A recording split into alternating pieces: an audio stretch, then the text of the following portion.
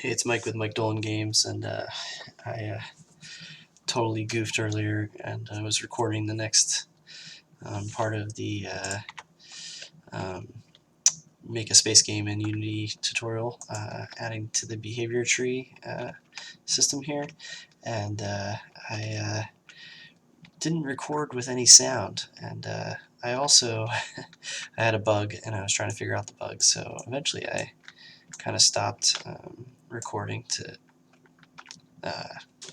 retrace my steps and figure it out. And when I did that, I realized that I had not had my audio on at all. So I'm a little bummed. It was about a half hour of usable tutorial. So I'm gonna have to kind of go back and do it over and get something for you guys up on the channel. So I just thought I'd show off a little bit of the the demo version of the tutorial. This is kind of the one I work on when I'm working on different systems and things like that. It's also kind of my playground for my own game members of Empire. So just working on getting systems working and things like that for that game, which is a space action RPG something. So kind of in the vein of Mass Effect with more space combat. And most of the time when I create a version of it, it's just giant space battles, but that's kind of my favorite part. So we'll definitely move this tutorial towards that kind of idea, the idea of like giant space battles that you can fly around in. And I was thinking about at some point releasing part of this demo here, maybe with more of the cap ships and other systems built in, maybe gamifying it a little bit and releasing it on itch.io or something like that so that people can play it. Yeah, so anyway, I thought I'd do a little quick stream here and show off what's happening with the AI.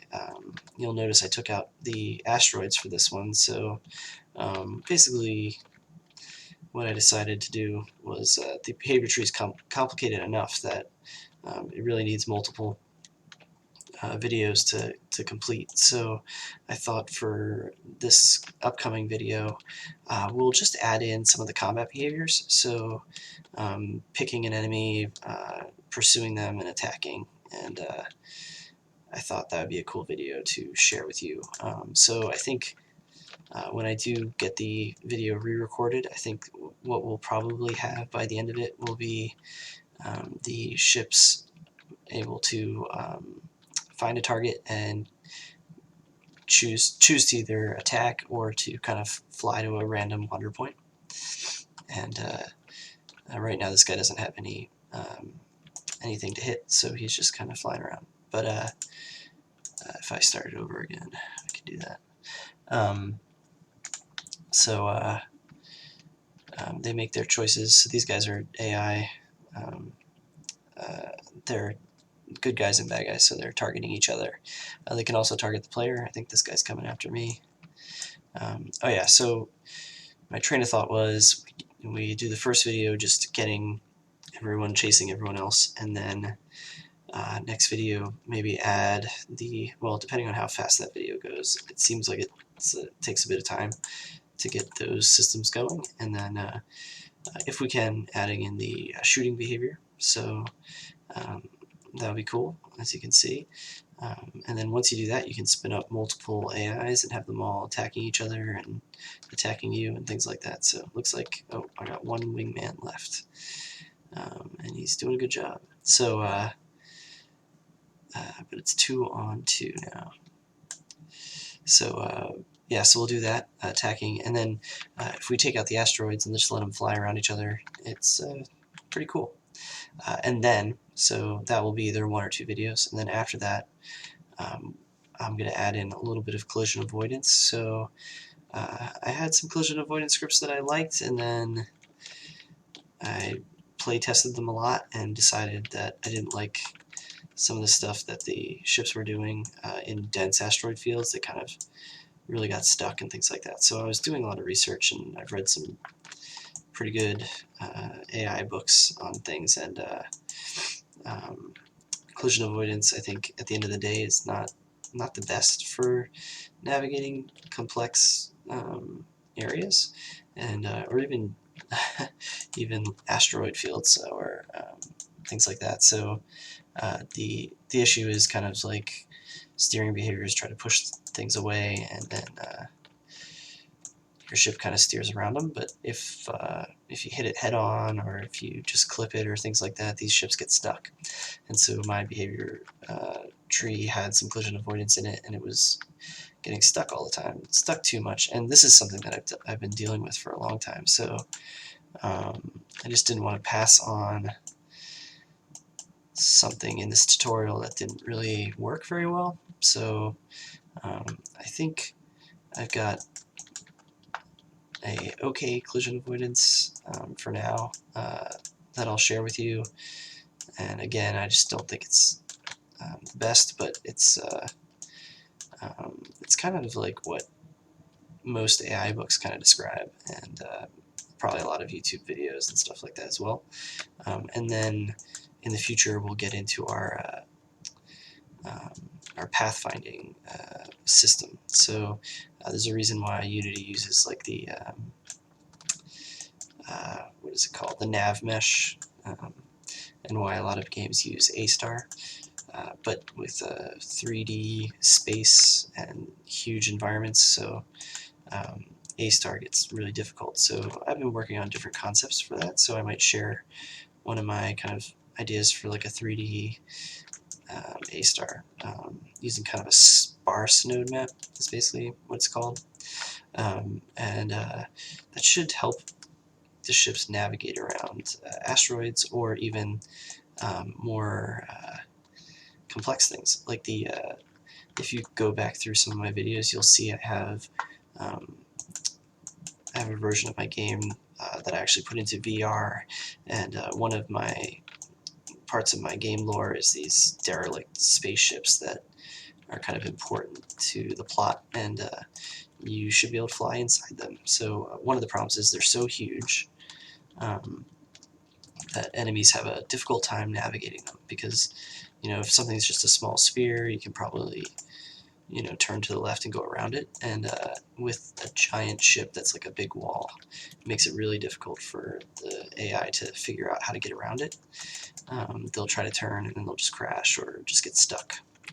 And then the same thing happens when you fly into the ship, and then suddenly anyone who wants to pursue you, they're just like smashing into the outside of the ship, or maybe they actually do follow you into a tunnel, and then they get stuck, because collision avoidance in a kind of a concave situation is not super great. So so that's why like some sort of graph is important, and a lot of games use them. So we just got to figure out how to use it in a performant way. And Unity's job system is now out, so that could be one way that we might take it, just to put some calculations onto the job system to help us with the kind of the calculations of the navigation, so it's not too intensive on the main CPU.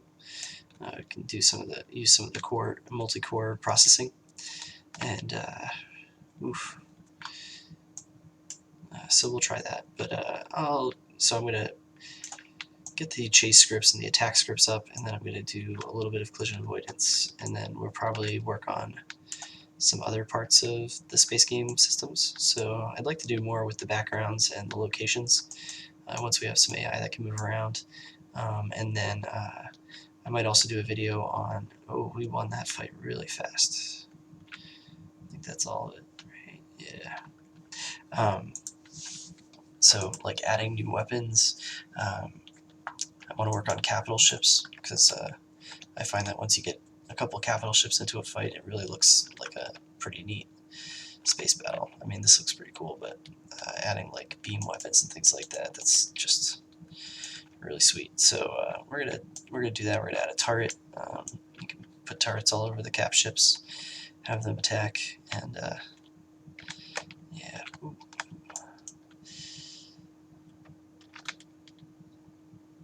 Probably should turn down the physics on the bullets.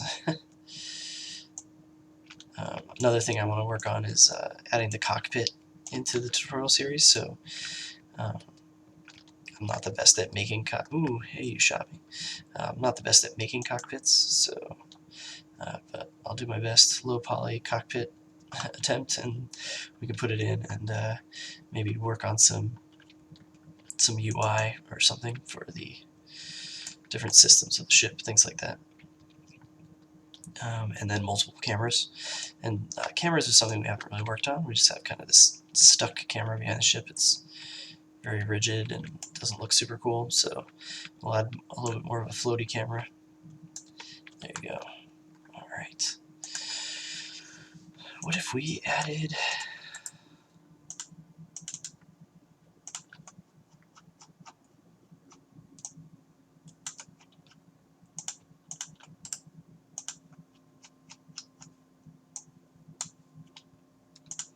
All right. So yeah, like a better camera, and now we have lots of guys. I don't think my wingmen are going to survive this one. So now it's multiples. Look, there's 3 guys on one there. He's not going to make it. There's just no way. Oh wow, he survived. Yeah, I find with dogfighting AI, it's nice to have the ships kind of take a break from attacking you. It feels more realistic and more exciting for the player to get a chance to attack. So there's different ways to do that. These guys are just picking a random place to go, and oof. But you could have them do maneuvers, do like a... I don't know why you would do a loop-to-loop in space, but they could have them do a loop-to-loop and then come back, or find a new attack vector, something like that, so that they fly away and fly back, or they joust or something. Because if they're just constantly chasing you, then it's not as fun. I think they've defeated all my wingmen, so... And there's 4 left? Wow, okay.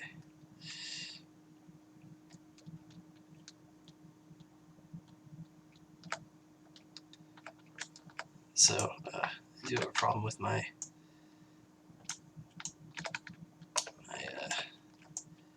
bullets are hitting my ship, so... And one thing that you can do is if you can get them to crossfire with each other, they'll blow each other up too, so... There we go. They were all weak from there. This guy's not weak, apparently. Ooh. I'm using my slide ability.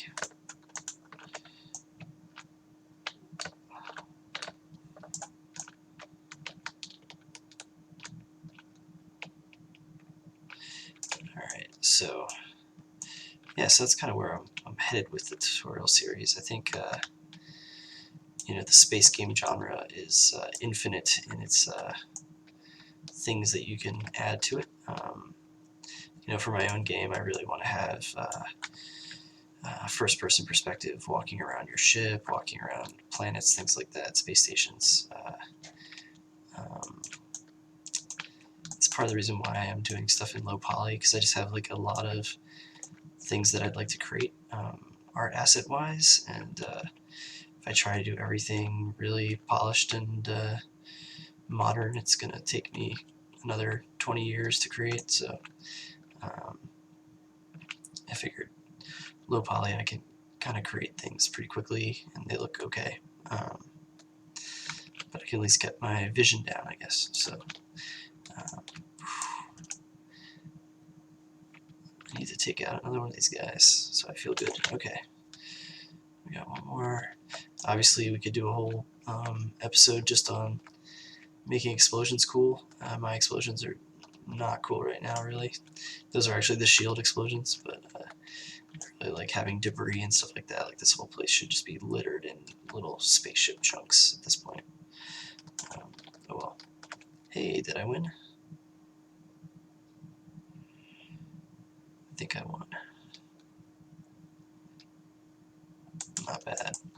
Okay, so, oh yeah, and the other thing that I've been actually kind of mocked up the tutorial on is the weapon controller. So right now in the current tutorial, weapons are fired from the ship controller, but we should really have a whole different system for that. So this ship here has multiple sets of guns, and the idea is there's a weapons controller that will figure out what guns have been placed on the ship, and then figure out which ones are kind of like currently equipped, or which ones are primary, which ones are secondary, so they can be assigned to different button events.